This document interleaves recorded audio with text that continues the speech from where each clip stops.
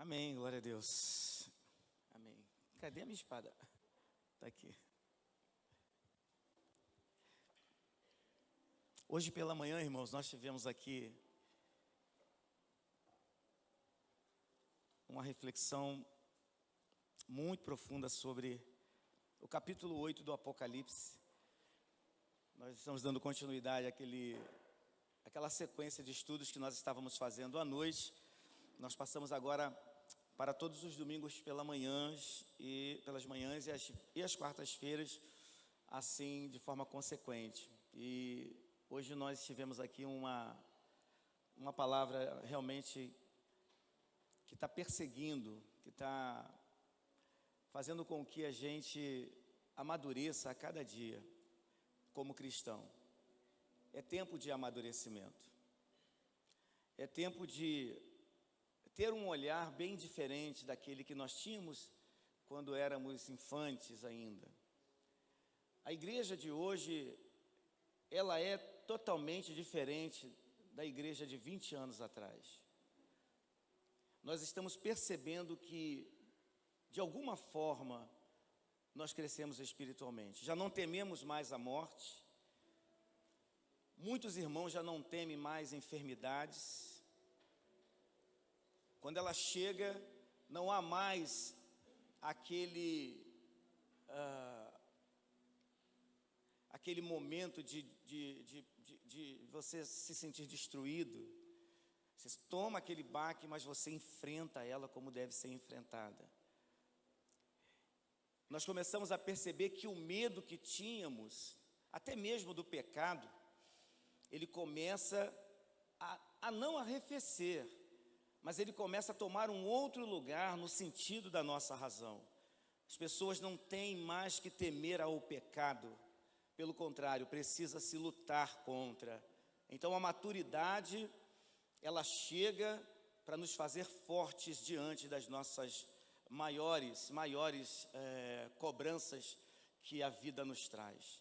Eu quero dizer isso para você nesta noite, que nós precisamos continuar crescendo na graça e no conhecimento de Jesus, porque nós precisamos ter a razão, a consciência e a maturidade para tomar as decisões certas. Nós vamos falar de decisões aqui esta noite. Tomar decisão não pode ser coisa de gente infante, de gente adolescente, é difícil.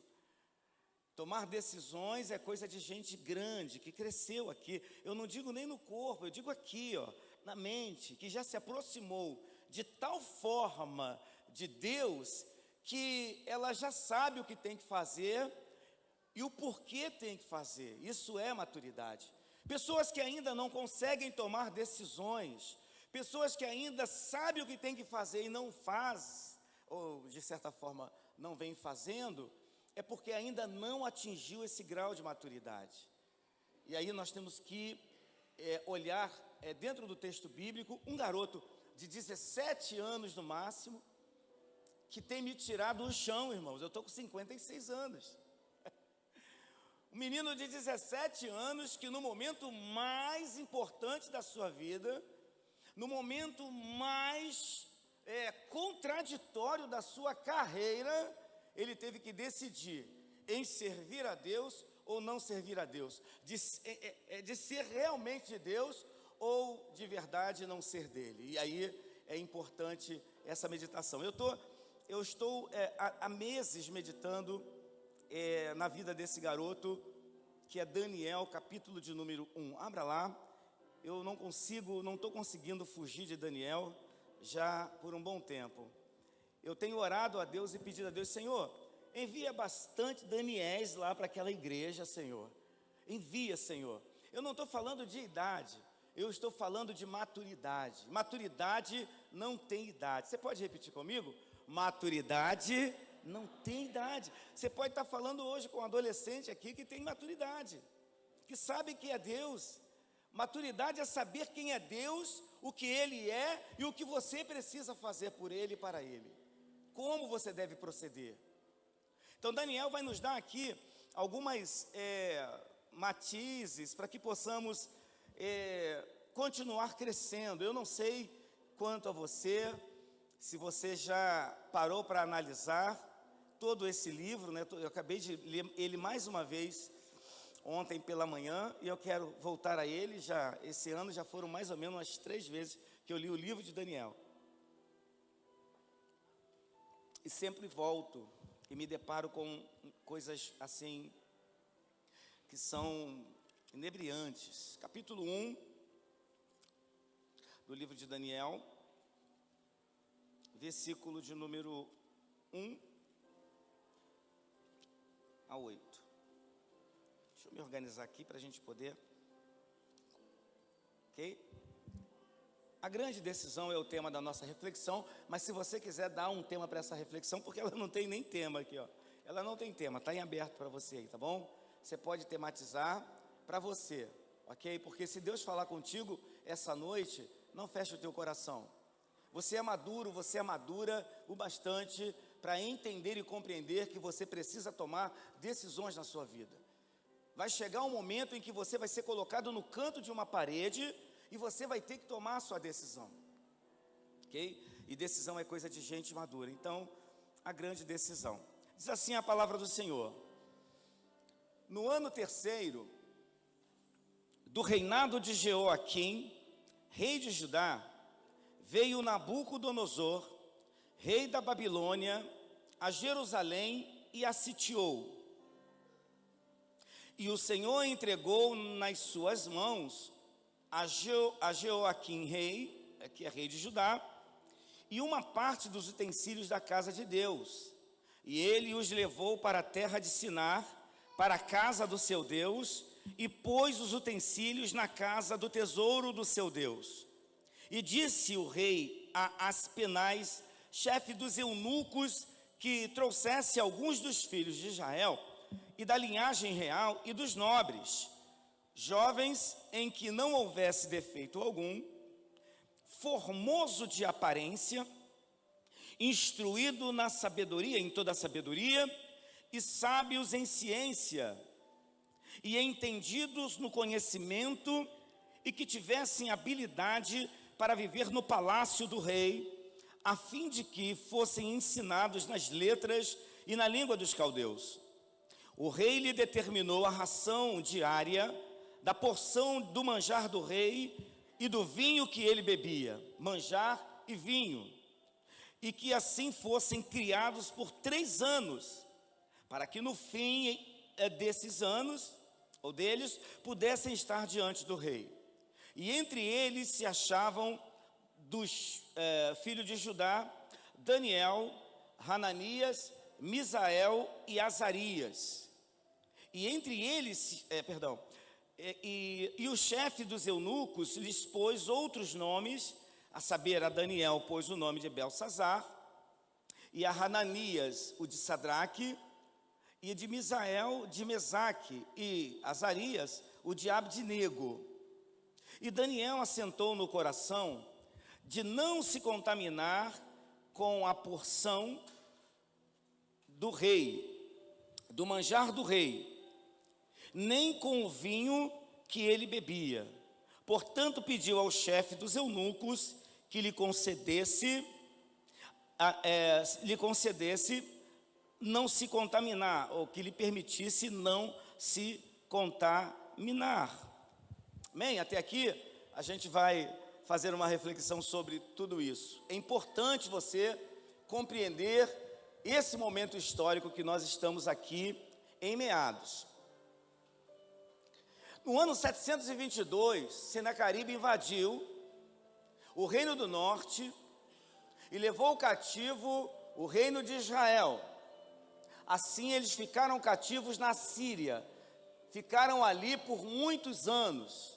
Em 586, nesse ínterim aqui histórico, Daniel é levado na primeira deportação que Nabucodonosor fez, para que eles pudessem ser aprisionados por 70 anos, assim, pelo prazo que Deus havia dado, num cativeiro sem nenhum tipo de benfeitorias, num cativeiro onde eles iriam trabalhar, num cativeiro onde eles perderiam toda, mas toda forma de vida que eles tinham em suas terras. Então o reino de Judá é levado em 586.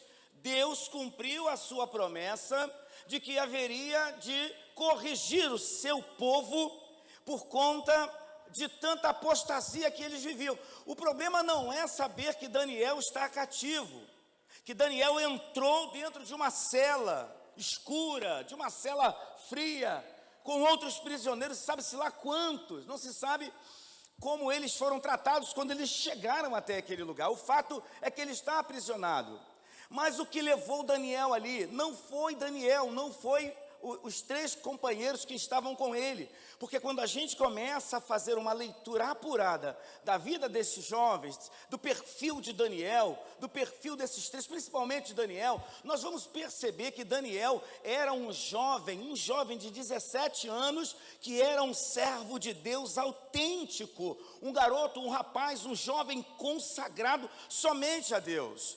O problema não é ele. Judá é a tribo em que Deus escolheu para que dali saísse o leão da tribo de Judá. Judá é o reino escolhido para que dali Davi pudesse dar a descendência do Cristo. Judá foi um país, foi uma nação que o tempo todo repudiou Deus quando Deus lhe dava tudo antes do cativeiro.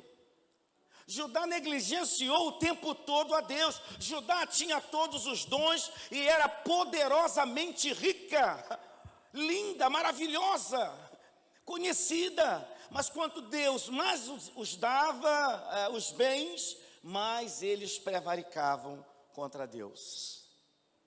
Quanto mais Deus os abençoava, mais eles iam para longe de Deus. E é aquela vexame todo que nós vimos aqui na semana de reflexão teológica, em que eles tinham até um templo atrás do templo, e nesse templo, atrás do templo, eles serviam a Satanás. Chegou o dia em que Deus os colocou a regra, colocou norma na coisa, né? Foram levados. E esse capítulo 1 é justamente o momento em que eles estão sendo deportados para dentro do cativeiro. Então, esse livro, ele é nada mais do que um dos livros mais aceitos por toda a academia. Há divergências da historiografia, na metodologia liberal, de abordagem histórica, e na metodologia conservadora. Ok? Mas isso são detalhes. O fato é que eles dão a chancela de que Daniel, de fato e verdade, era um jovem inenarrável a sua vida diante de Deus. E ele está aprisionado. E ele está aprisionado sem ter culpa alguma. Ele está aprisionado sem ter cometido delito algum.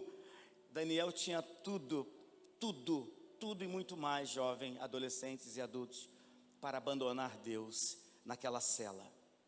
Daniel tinha argumentos de sobra para falar assim: esse Deus me traiu, esse Deus me abandonou, eu estou aprisionado aqui por causa desse Deus, esse Deus, ele não existe, porque eu estou preso injustamente.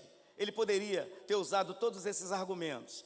E o que antes era apenas uma história, e um fato que foi narrado, não é diferente, meus irmãos, na comparação que nós fazemos hoje do seu próprio povo.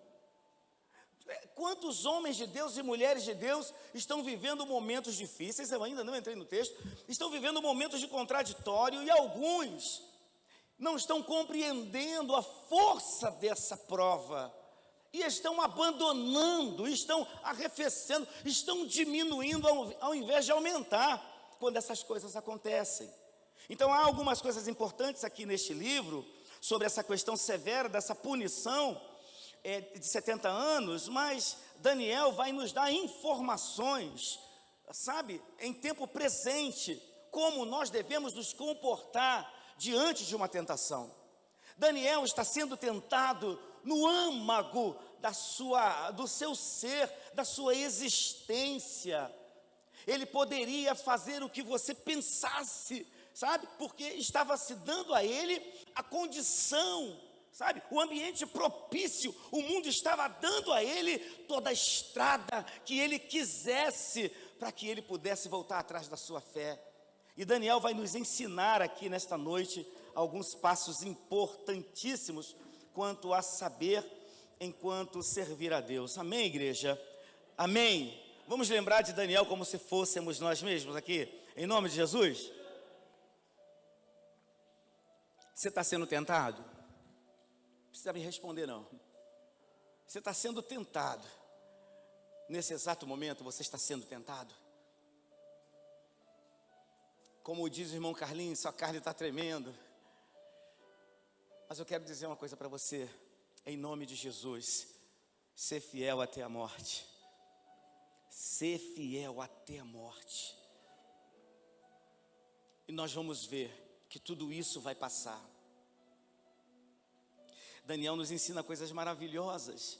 Com 17 aninhos, jovem cheio do conhecimento de Deus.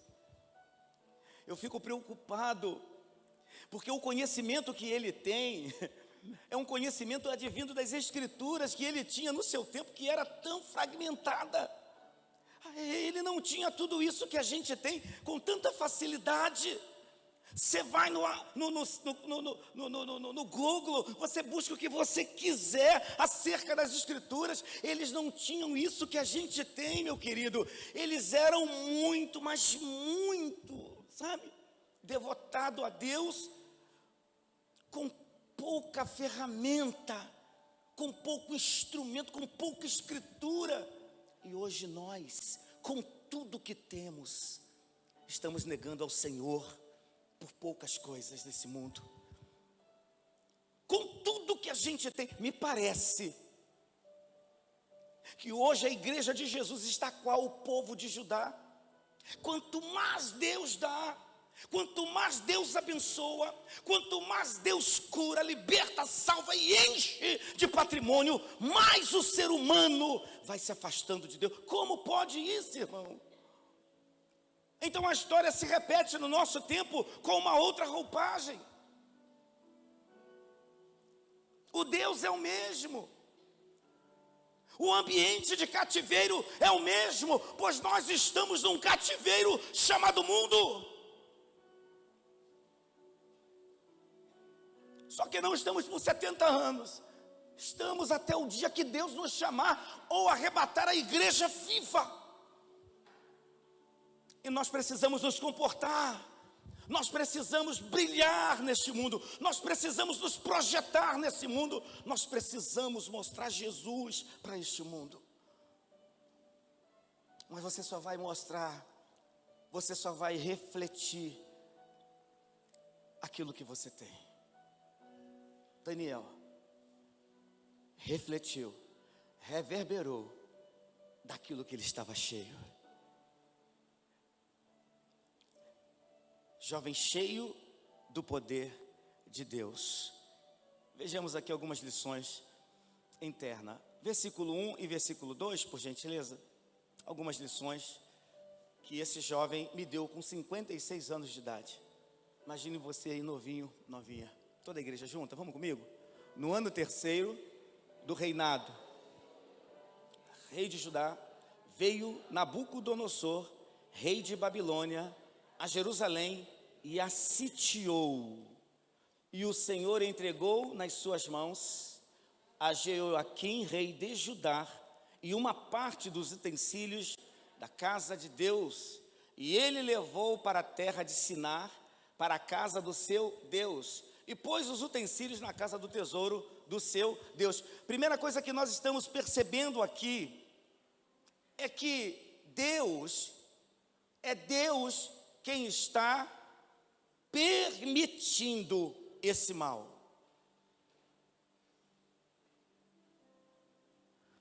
Existe um momento em que Deus diz assim: não há mais remédio para ajudar. Existe um momento em que ele diz: é necessário que Nabucodonosor, meu servo, comece-os a corrigir. Nabucodonosor representa o próprio diabo, meu irmão. Se você estudar um pouco sobre a história de Nabucodonosor, se você estudar um pouco sobre matéria de guerra, sobre estratégia de guerra, o que ele fazia com os inimigos, o porquê que ele era o homem mais temido do seu tempo.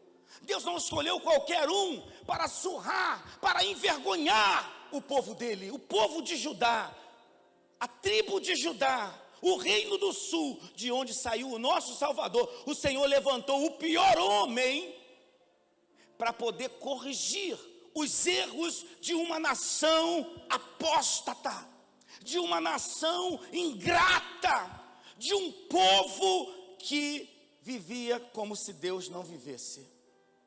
Quantos aqui nesta noite vivem como se Jesus não existisse?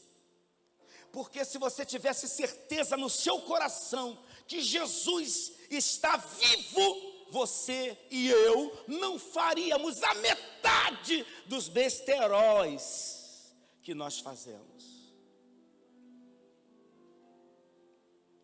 Isso é porque nós não temos certeza, nós não somos quais a Daniel. Porque quem conhece a Deus está firme o tempo todo, indiferente às circunstâncias. E as circunstâncias em que ele estava, meu irmão, era terrível. Jovem de 17 anos levado a uma prisão, levado por Aspenaz. Aspenaz é chefe dos eunucos. Você sabe o que significa ser chefe dos eunucos? Possivelmente um homossexual naquele tempo da Babilônia. Você acha o quê? Que ele está mandando chamar os jovens bonitos, formosos de rosto, mandando um eunuco, o chefe dos eunucos, pegar esses jovens. Você está pensando que é para quê e por quê? É porque Deus estava com Daniel e coisas piores não aconteceram com ele. E Daniel percebe isso, irmão. Quando ele chega dentro da cela, quem já passou pela cela sabe, você tem que se render, ali não tem jeito, mas ele não se rendeu. Aspenaz separa os jovens mais lindos, mais inteligentes, sem defeito algum. Querido, eu quero dizer uma coisa para você. Daniel confiava em Deus o tempo todo. E a fé dele estava sendo provada naquele momento. Quando ele percebe o que tem por detrás de tudo aquilo, ele fala: eu não quero comer das iguarias do rei. Eu não quero participar do manjar do rei. Porque comer das iguarias do rei, participar da bebida alcoólica que o rei ia servir, significa que ele estava dizendo: eu aceito a proposta, mas ele disse: eu não vou me render. Diga para a pessoa que está ao seu lado: eu não vou me render. Deus permitiu aquele mal para livrar Daniel de maus piores no futuro. O diabo intentou levar Daniel para aquela cela, para acabar com a vida dele, para humilhar com ele, mas Daniel estava firme no propósito, porque Deus, como nós hoje pela manhã, quem não pôde vir a EBD, deixou de receber um bom conhecimento. Hoje nós nos aprofundamos sobre o espírito mau. Da parte de quem? Atormentava Saul, não foi? Um espírito mau da parte de Deus. E aí é interessante que Daniel percebe a ação. E ele percebe que Deus está permitindo aquele mal. O primeiro mal é ele estar preso, ser aprisionado. Mas a partir dali, ele deveria tomar posições na sua vida. Então existem momentos que não tem remédio, querido, para você e nem para mim. Você está tão longe de Deus, você está tão indiferente ao ministério que Deus lhe deu, você está dando com os ombros, os dons que Deus lhe deu, os talentos que Deus lhe deu, você vai enterrando conscientemente na terra, sabe? E Deus está te abençoando, Deus está te guardando. Só que vai ter um momento que não haverá remédio e Deus vai permitir que Nabucodonosor se levante contra você. Então Deus está permitindo o mal. Eu não sei que tipo de Deus, que tipo de Jesus você absorveu quando você se converteu. Eu conheço um Jesus que vai a uma festa de casamento.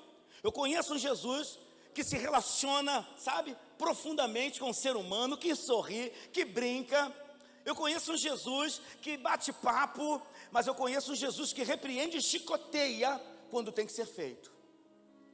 Então esse Cristo, esse Deus, era muito conhecido de Daniel. E é interessante, irmão, você saber que não há como tolerar os nossos pecados. Existe um momento que nós começamos a pecar conscientemente, sabe? E a gente não quer tomar uma decisão de mudar a vida. Vai chegar um momento que não tem remédio. O remédio é a correção. Nós aprendemos aqui hoje pela manhã sobre isso. E aí tem um detalhe importante, porque em Jeremias capítulo 27, não precisa postar, só você anotar. Em Jeremias 27, 1 a 8, Jeremias narra esse momento aqui. Jeremias narra a tomada de Jerusalém. Nabucodonosor sitiou Jerusalém por fora, fechou os poços de água, não deixou entrar comida. Ele não queria destruir a cidade, ele só queria pegar o que tinha de valor, levar e fazer dali uma província para ele. E ele vai sitiar essa cidade. Quando você vê o livro de Lamentações de Jeremias, você já parou para analisar Lamentações? Por que Lamentações de Jeremias? Como é que ele começa esse texto? Eu vi a vara do furor de Deus. Ele começa assim.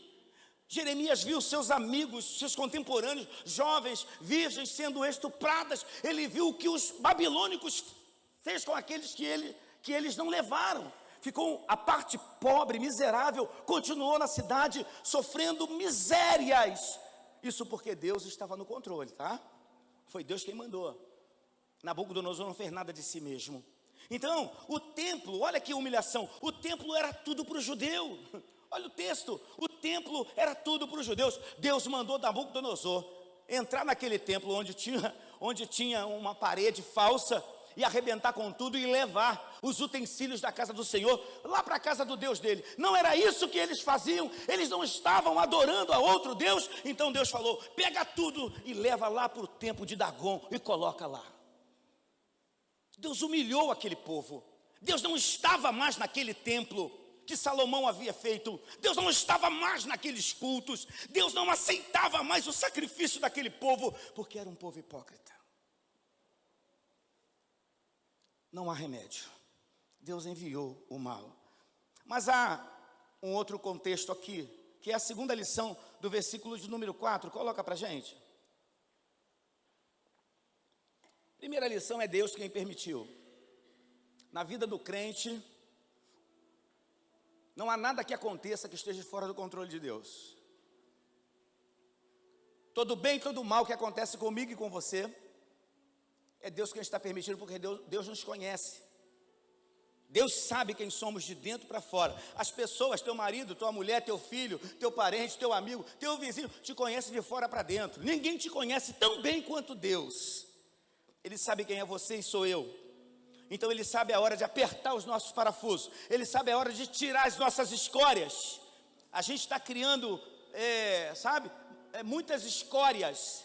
E essas escórias nesse mundo têm prejudicado você, povo de Judá. Tem prejudicado você, que tem a palavra que vai salvar Vila Aliança, que vai salvar o Rio de Janeiro, que vai salvar o Brasil. Você tem, mas você está vivendo indiferentemente, de forma consciente.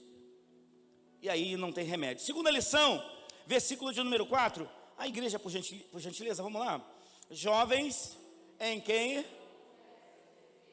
Boa aparência, instruído em toda a sabedoria, douto em ciência, entendidos no conhecimento, que tivesse habilidade para assistir no palácio do rei, que lhe ensinasse as letras na língua dos caldeus, na língua babilônica. Segunda lição, pela descrição feita, porque Daniel está descrito nesse perfil. Ainda há esperança para o povo de Deus. Repitam comigo, há esperança para o povo de Deus. Nós estamos falando de jovens que foram presos inocentes. Nós estamos falando de pessoas que serviam a Deus como nós servimos, em espírito e em verdade. O perfil desse garoto, e aí eu quero individualizar, instruídos na sabedoria e na ciência. Sabedoria e ciência são tratos totalmente diferentes do aspecto ontológico, do aspecto do ser humano.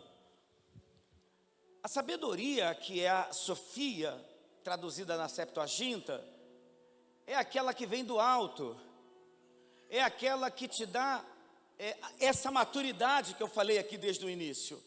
Daniel, um jovem de 17 anos, era um jovem maduro, por conhecer, por receber do alto a sabedoria de Deus. Conhecimento é nous é a mente, né? É alguém que tem o intelecto desenvolveu o intelecto através dos estudos. Então era alguém aplicado nos estudos, que conhecia bastante coisa. Eu não sei se a ciência dele era natural, ou se era matemática, eu não sei, as ciências humanas. Eu sei que ele era um homem bem completo na visão divina. Ele tinha conhecimento e sabedoria. Não adianta você ter conhecimento e não ter sabedoria.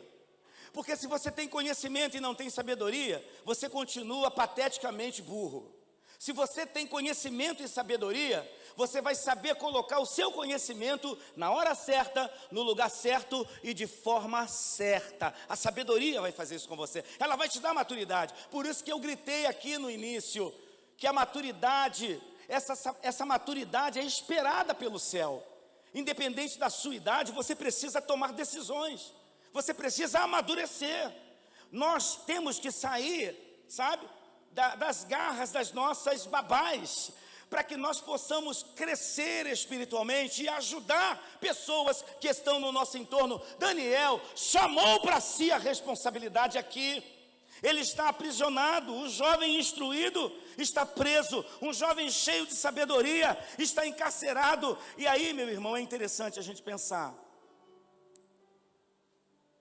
que há esperança ainda, porque ele vai usar seu conhecimento e sabedoria para o bem.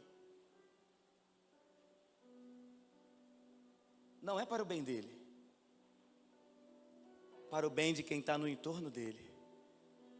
Ele sente o peso da responsabilidade e chama para ele. Tudo que ele havia aprendido na sua meninice, Daniel chamou para si a responsabilidade, porque ele tinha intimidade com Deus. Amém, igreja? Quem tem intimidade com Deus, chama para si a responsabilidade. Quem tem intimidade com Deus não terceiriza os seus problemas. Quem tem intimidade com Deus, diz para o Senhor: Senhor, eu me comprometo contigo agora. Porque não tem jeito. Ou ele cedia ao comer o manjar do rei, presta atenção, ao beber o vinho alcoólico do rei, ele estava dizendo: eu aceito tudo que o rei quiser fazer comigo. Mas quando ele diz para o chefe da carceragem: me ajude, ele não deu ordem, ele pediu: me ajude a não me contaminar. Me dê apenas legumes. Porque a lei judaica não permitia que alguém que era consagrado a Deus pudesse participar de comidas servidas e de tipos de bebidas que continham álcool. Ele pediu apenas legume e água. Comida de quem estava saindo de jejum, porque é assim até hoje. Quando se sai do jejum muito intenso, se come legumes e água. Prepara o estômago para poder comer comida pesada. Daniel estava comprometido com Deus na sua alma. E aí, irmãos, é interessante porque Quando a gente olha a vida de Daniel no livro todo dele, o camarada usava o seu tempo vago para orar 3 vezes, de janela aberta. É muita intimidade com Deus, irmãos. A juventude de hoje não quer intimidade com Deus. Os adolescentes de hoje, o ser humano crente de hoje não quer essa intimidade com Deus, porque intimidade com Deus pressupõe consagração de vida,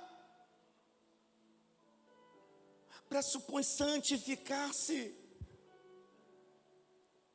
Intimidade com Deus exige de nós uma tomada de atitude de romper com as trevas e servir a Deus de perto. E as pessoas não querem isso, querem servir só de fachada. Daniel não servia a Deus de fachada. Daniel servia a Deus na inteireza do seu coração, na inteireza do seu corpo e da sua alma. Tudo pertencia a Deus.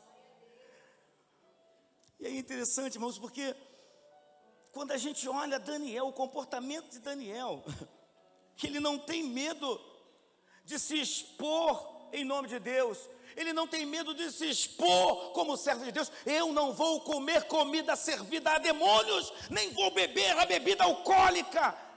Eu quero a comida que Deus me dava na minha terra.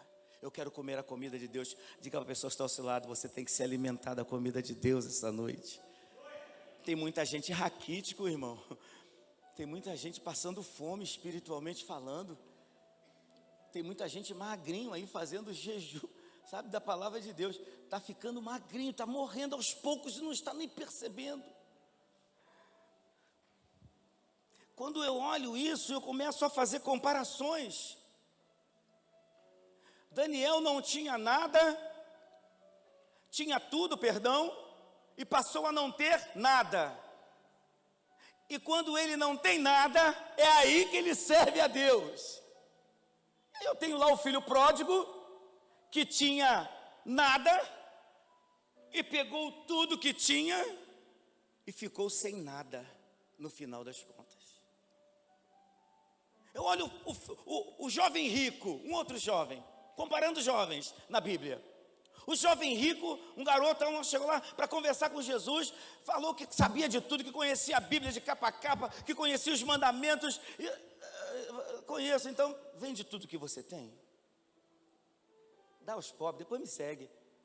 A Bíblia diz que aquele jovem rico saiu triste porque era dono de muitas posses e não queria perder uma prata por causa do nome de Jesus Cristo.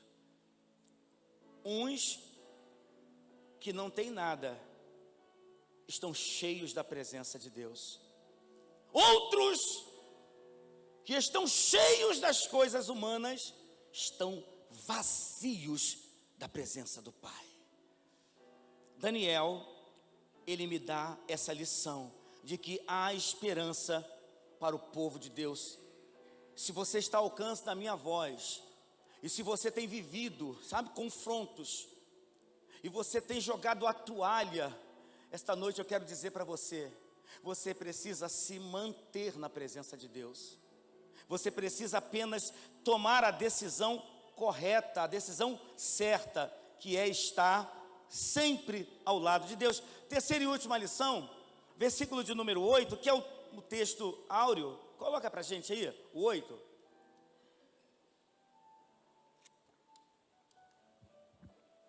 Vamos lá, igreja, para fechar.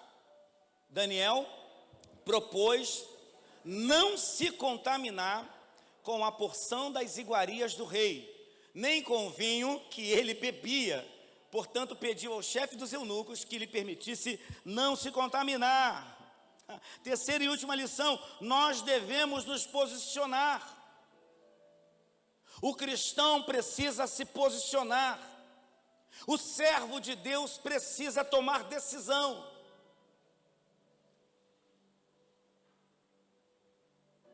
E aí é uma questão que nós temos que colocar. Quando você não está diante de ninguém, como Daniel não estava mais. Daniel não estava mais no seu palácio, que ele era príncipe. Daniel não estava na corte. Daniel não estava no templo de Salomão, sabe? Daniel estava dentro de uma cela. Ninguém estava vendo Daniel.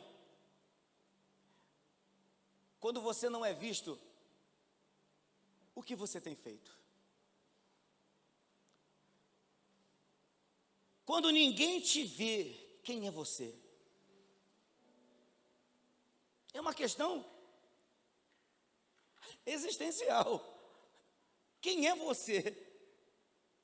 Afinal de contas, quem é você quando ninguém, quando os olhos não te alcançam, quando você está longe de todos os olhos? Quem é você? E aí é interessante. Abandonar o erro é uma questão de decisão. Daniel escolheu puramente Deus. Abandonar a apostasia, abandonar a frieza, abandonar qualquer tipo de sentimento que de alguma forma gere essa demanda que te manda para longe de Deus. É uma questão de você tomar uma decisão na sua vida. Eu não sei, sabe, Daniel ele é um camarada muito resolvido, muito bem resolvido. Daniel é bem resolvido com Deus, ele é resolvido espiritualmente, ele é resolvido familiarmente. Daniel é resolvido em toda a sua vida. Talvez o seu problema seja algum ponto, sabe, algo que te desequilibra, e esse ponto que vem te desequilibrando é o elemento estressor da sua vida que tem que cair por terra em nome de Jesus. Esse elemento estressor tem que cair dentro de você, senão você vai ficar rodando, rapaz. Senão você vai ficar rodando. Ele abriu mão dos manjares do rei. Ele abriu mão do vinho que o rei bebia. Olha a descrição. O vinho que o rei bebia. Não é qualquer vinho, não é qualquer bebida. É a melhor bebida que o mundo estava oferecendo a ele. Não é qualquer comida, é a melhor comida que o mundo estava oferecendo a ele. Para um camarada que está preso, não sei quantos dias ele está ali, o texto cronologicamente não nos situa. Ele está ali, ele deveria estar com fome. Para eles oferecerem esse prato de comida e essa melhor bebida, eles deveriam estar com fome. Isso é tortura psicológica. Mas Daniel estava formado, ele foi formado na escola do nosso Deus, pelo próprio Deus. Quem tem intimidade com Deus rompe com as trevas. Quem tem intimidade com Deus diz não para o mundo e sim para o Senhor. Ele resolveu não comer e nem beber vinho. O que você precisa resolver nesta noite? Qual a decisão que você precisa tomar esta noite? Esse pecado que de tão perto te persegue o tempo todo. Quantos não se perdem por causa da comida e da bebida servida nas noitadas nesse mundo? Quantos jovens, quantas pessoas você conhece que sentavam num banco de uma igreja? E nesse exato momento pode estar sentado em qualquer lugar, menos no banco de uma igreja. Pode estar numa roda de samba, num baile, sabe, num grande restaurante, comendo as melhores, as finas iguarias do rei. Mas não se lembra sequer que Deus exista. E são pessoas que Deus abençoa, como o povo de Judá. Quantos não se perderam já por causa das comidas e das bebidas que o mundo serve? Eu quero abrir um parênteses, irmãos. Perdemos 115 jovens essa semana, todos para o inferno. Por quê? O que é servido lá? A melhor comida. O que é servido lá? O melhor salário. O que é servido lá? As melhores mulheres. Tudo lá é melhor. Mas olha o preço. Mais de 120, mais de 115, muito mais. Eles já perderam até a conta. Estão sendo achados todos os dias pedaços de gente por dentro daquela mata.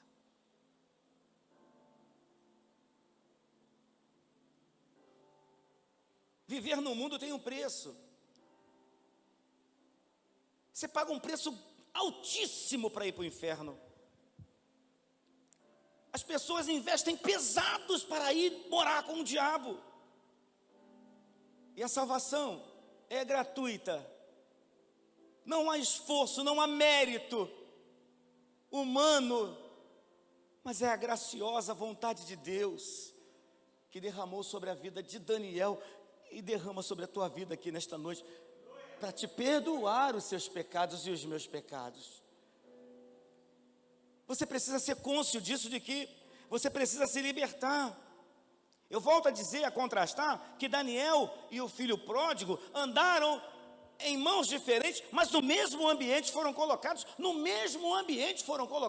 cada um se comportou de um jeito, um escolheu Deus e o outro escolheu o mundo. E qual é a decisão que você tem que tomar? Não sei. Daniel era um jovem fiel. Seja fiel a Deus. Peça perdão a Deus esta noite. E caminhe na direção de Deus nessa noite. Eu termino dizendo que Daniel, ele, todos os dias, estava aguardando aquele momento. Daniel foi preparado para aquele momento. Eu volto a dizer, Daniel foi preparado para aquele momento. No momento em que a tentação veio a ele, ele disse não, porque ele estava firmado em Deus. Você está sendo preparado para o seu momento. Eu não sei qual vai ser o seu momento. Eu não sei se você está vivendo esse momento. Mas esse momento está te levando a fazer uma escolha. E há situações que exigem de nós que tomemos atitudes. Que saiamos da nossa zona de conforto e mostremos quem somos, o que somos, quando ninguém está nos vendo. E Daniel nos mostrou que ele era servo de Deus, que ele era filho de Deus e que ele não ia negar de forma nenhuma. Encerro dizendo que, se você quer agradar a Deus, você precisa conhecer melhor a sua própria identidade. Daniel sabia quem ele era e quem era Deus.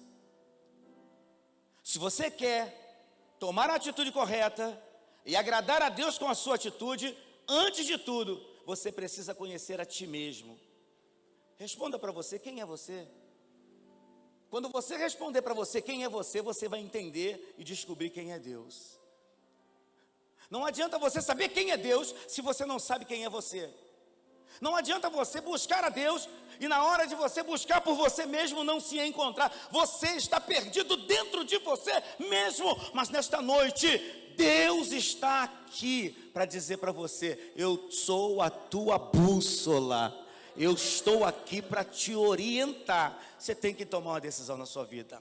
Se você quer agradar a Deus com a sua decisão, você precisa ser firme e ter um propósito na sua vida. Não tem como viver uma vida cristã despropositada. Não tem como você sair da tua casa e falar assim: eu vou lá no culto hoje, sentei no culto, beleza, aleluia, glória a Deus, fui embora para casa. Se você saiu de casa sem planejamento, sem propósito, você perdeu o seu tempo, porque na casa de Deus você precisa vir com propósito. Está diante de Deus, você precisa ter propósito. E uma pessoa que tem propósito é uma pessoa organizada dentro dela. O que você quer de Deus?